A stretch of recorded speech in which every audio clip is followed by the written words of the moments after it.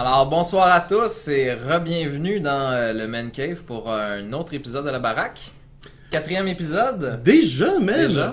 Un petit peu en retard, on vous l'a sorti un petit peu comme ça à l'improviste.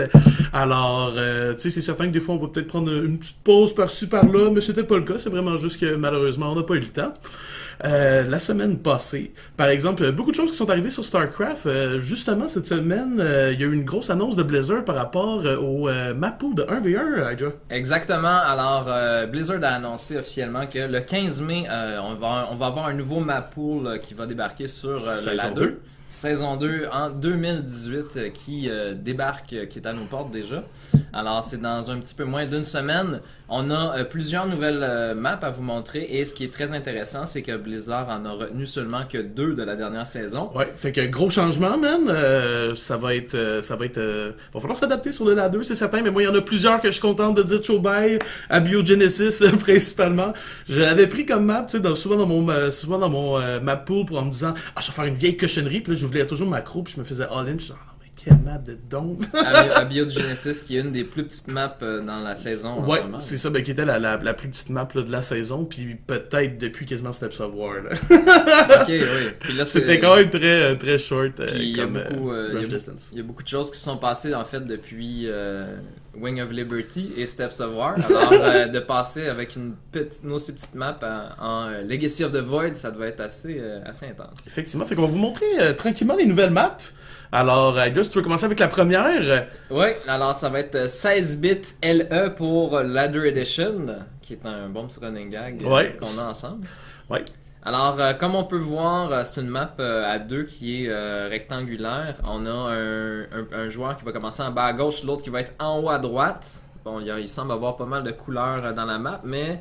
Le fameux two split, là, rouge ouais. d'un côté, bleu de l'autre. À date, je vois pas quelque chose de très spécial. Je vois qu'il y a des roches au milieu de chaque barre pour le niveau qui est plus bas. Ça a l'air d'une map relativement standard. C'est sûr que si on passe à gauche ou à droite, c'est des paths qui sont vraiment longs, j'ai l'impression. Non, c'est ça, effectivement. Tu sais, il y a des rushs qui sont ici, mais moi, ce que je te dirais, le gros attribut de cette map-là, c'est qu'il y a une pocket nat. Ouais, une petite pocket base. Donc, dans le sens, ça va faire un peu comme le Eastwatch, qui est parti du map pool, parce qu'il y a seulement Acid Plant et Catalyst qui sont restés dans le map pool. Donc, Eastwatch, il y avait un peu la même configuration, donc Blizzard, là, qui continue avec ses pouvoirs campés sur 3 bases, là. J'ai l'impression, quand je vois une map comme ça, là, que c'est genre la matérialisation du No Rush 20 minutes de Brood War, là. Ben, ça donne Mais en c'est fait, juste que sur 5 minutes, t'es à 3 bases, puis ouais. le income est tellement violent que tu peux avoir à 3 avant 10 minutes, là, no problème.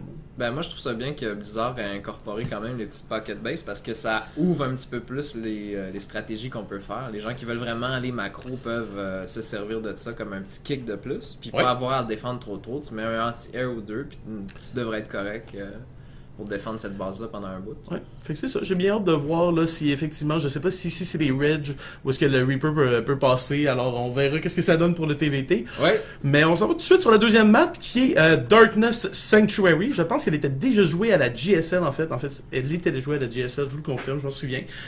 Grosse map, super late game sur lesquelles il y a eu du TVZ mech là, principalement avec Gumio puis Maru là.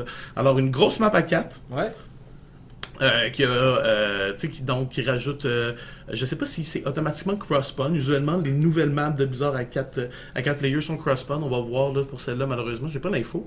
Mais on peut voir, c'est ça, tu sais, une natural qui est facilement prenable, un petit peu plus complexe peut-être pour la third là, qui est ouvert là, sur deux endroits. Ça me fait penser un peu à Frost, là. Ouais. Une vieille map là, qu'il y avait dans le 1v1 sur Hot, je pense, là, qui avait fait son arrivée. Puis moi, c'est le milieu de la map qui m'intrigue parce qu'on voit plusieurs bâtiments puis plusieurs détails, mais je sais pas si c'est comme une espèce de labyrinthe. Non, c'est ça, tu sais, justement comme sur Neon Violet Square, là, qu'il y avait justement là, les petits carrés mauves, là. Ouais. Non, je pense pas que ça soit quelque chose, je pense que peut-être c'est quelque chose sur lequel tu peux pas construire, mais je pense pas qu'il y ait effectivement là, comme un débris ou quelque chose qui t'empêche de Peut-être qu'il y a des traverser. débris en coin, puis que les longues lignes, c'est pas quelque chose qui te bloque nécessairement. Ouais, ça sera à voir, à confirmer dans tes prochains 1v1, mon cher Ouais, Hydra. ouais. Ce qui nous amène sur la troisième map qu'on a regardé un peu tout à l'heure. On les a toutes passées juste rapidement pour voir environ. Là. Moi, je suis au premier abord, ce que je voyais, c'était un ballon de soccer. Après, genre un flocon. J'étais genre, mais c'est quoi cette connerie? C'est Dreamcatcher, Dreamcatcher, en fait, c'est un capteur de rêve. Et mais je trouve que ça ressemble. Tu sais, je sais pas, au premier coup d'œil, ça ressemble pas trop. Effectivement, alors pour ceux qui rêvaient d'une nouvelle map, Sauf mes plumes. C'est l'occasion parfaite de vous lancer là-dedans. Il semble que la map soit séparée à plusieurs endroits par des haies. Puis le vert fluo, moi je pensais que c'était le jungle, mais toi tu me disais que c'était la roche ça. En fait. Dans le fond, c'est juste l'animation là, qui monte. Là, dans le fond, il y a des quand la roches. Ça tombe d'un c'est bord ça, à c'est l'autre, ça. Quand tu brises la roche là, à droite et à gauche, ou je pense que t'en brises juste une, puis maintenant les deux tombent là, des fois. Ça dépend des maps, il va falloir voir. Mais dans le fond, c'est où est-ce que les roches vont se retrouver. Fait que ça va couper le pathing principal qui peut aider pour les Zerg à justement faire un tour de plus au terrain aux Protoss lorsqu'ils arrivent proche de leur base. Puis autant de haies, écoute, je pense que ça va être très avantageux pour les CG units, entre autres. Ben oui, c'est certain que ça crée des corridors. Fait que, moi, je regarde ça avec mon œil de terrain, puis je me dis, il y a moyen de t'avoir dans un corridor. Peut-être que je vais me faire arriver des deux côtés, mais au moins, j'aurai juste deux fronts, pas le 360 à gérer. Exact, il y a beaucoup de barrières à différents endroits. Tu sais, mettons, genre pour la third ici, là, moi, je me vois là, faire ma grosse merde, là, juste ici, avec les libérateurs, les tanks et tout le tralala Terran. Fait une map relativement petite. J'ai l'impression que ça va être 136 par 136. Je me souviens plus là si c'est considéré comme une petite map, mais j'ai pas l'impression que ce soit très gros. Non, une map à deux. Ouais. Ce qui nous amène à la quatrième map, Lost and Found. Un nom intéressant. Peu spécial comme map avec les déchets, je pense que c'est ça. Je pense que c'est comme un... Ouais, je pense que ça doit être ça le thème, effectivement. Un dépotoir ou quelque chose comme ça, là.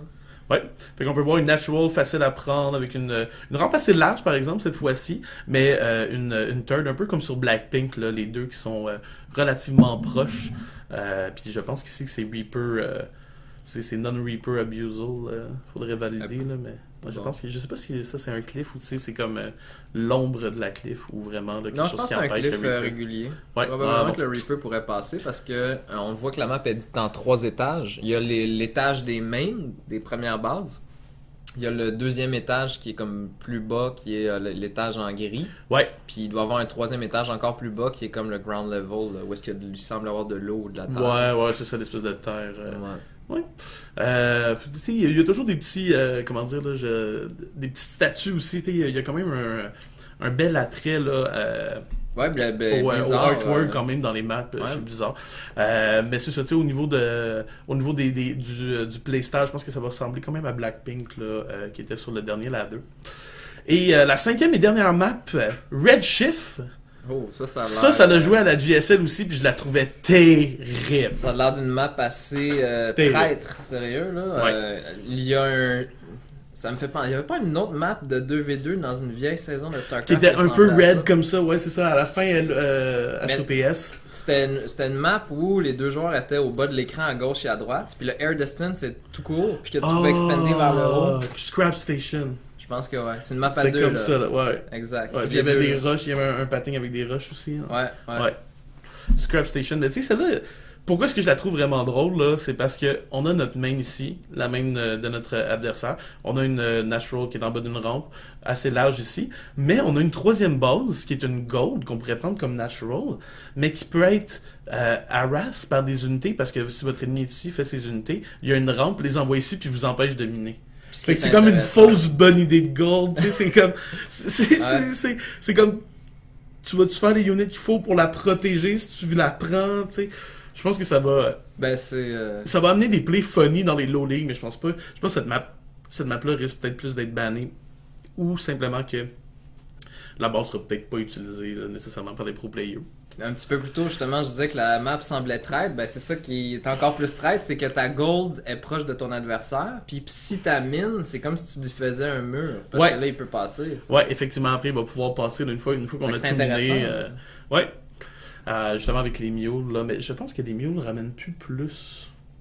Je pense qu'ils ramènent le même montant que sur un minéral bleu. Ah oui, ok, tu veux dire, ils ramènent pas plus. Ouais, ils ramènent pas plus, mais ils ramènent quand même 30. Fait que ça va se miner plus rapidement avec les mules de toute façon.